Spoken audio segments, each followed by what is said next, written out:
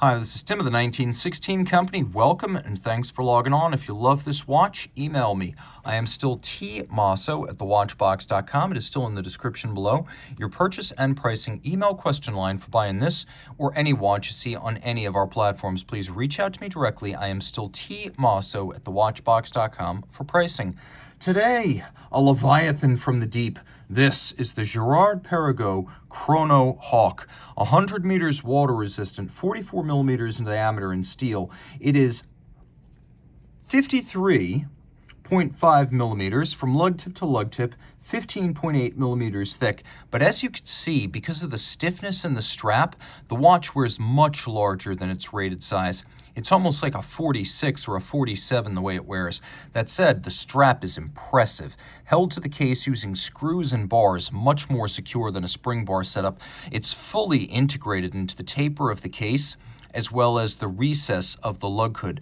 Look how thick the material is. Rubber on the bottom, calfskin on the top, matte finish, contrasting stitch, full deployant clasp with a combination of polish and satin, twin trigger release so it cannot open accidentally, and then a minderless system, which means you don't need strap minder loops like these on your strap. All the excess length is tucked cleanly underneath the clasp. Now, I mentioned this watch wears more like a 46 or a 47.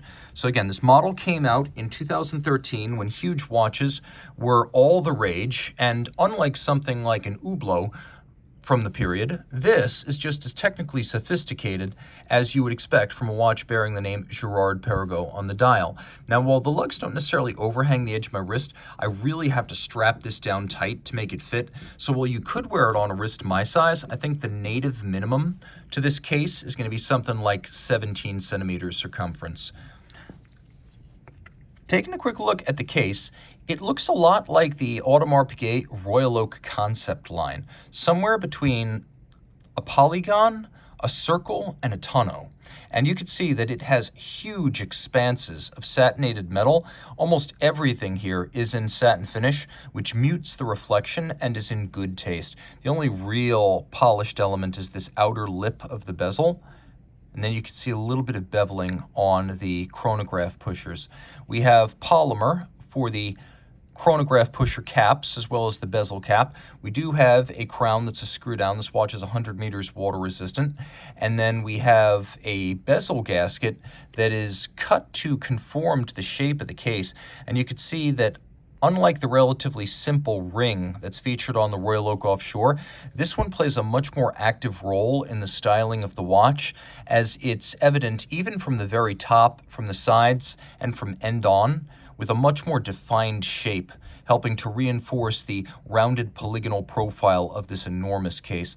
Now, the bezel has a little vertical polished lip, and then we have a circular satin conical profile giving way to a dial that has a sort of honeycomb, because honeycombs are evocative of everything from bees to motorsports, apparently. I've noted that a lot of sports watches seem to use a honeycomb motif. We have applique indices that are steel and rhodium plated, just like the hands and the GP logo, giving it an upscale look. Twin register chronograph. We have our chronograph minutes and our running seconds, a few well-chosen shocks of orange. We'll do a lume shot now. You can see there is no shortage of luminescence. We have a lovely polished frame around the date. And you can see how I have a quick set system for the date and a hacking or stop seconds system for the watch, so I can set it against a reference time.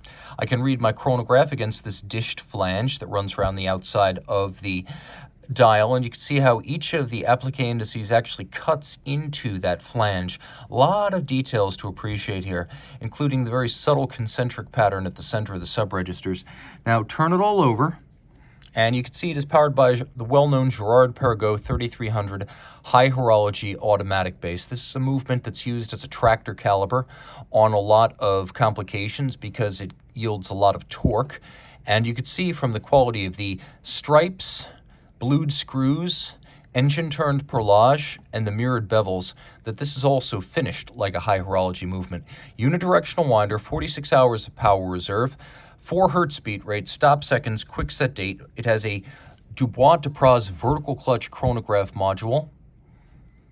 And you can see, being a modular chronograph, it has 61 joules. That's always a distinctive feature of modular complications, where you have the joules of the base caliper and the joules of the complication as well. My favorite finishing feature on this watch, on this movement at least, is the awesome double solarization on the barrel cover. Really cool to look at. And because of the use of a vertical clutch chronograph, there's no extraneous movement to the seconds hand when you start it up. It runs without jumping or staggering, and it always sets precisely to the index at 60. If you love this watch from the resurgent and newly independent Girard-Perregaux brand, interesting things are happening in the world of GP. Along with its sister company, Ulysse Nardin, it was bought back from its group ownership by a consortium of Girard-Perregaux's own managers and executives, and so they have skin in the game like no one else. They want to see this brand succeed. They've taken it independent again, and its stock as a brand and a company very firmly on the rise. This is a watch that, from a technical and finishing and pedigree standpoint, is shoulder to shoulder with the likes of the Royal Oak Offshore, but for a lot less money. Reach out to Team Mosso at thewatchbox.com for purchase and pricing details.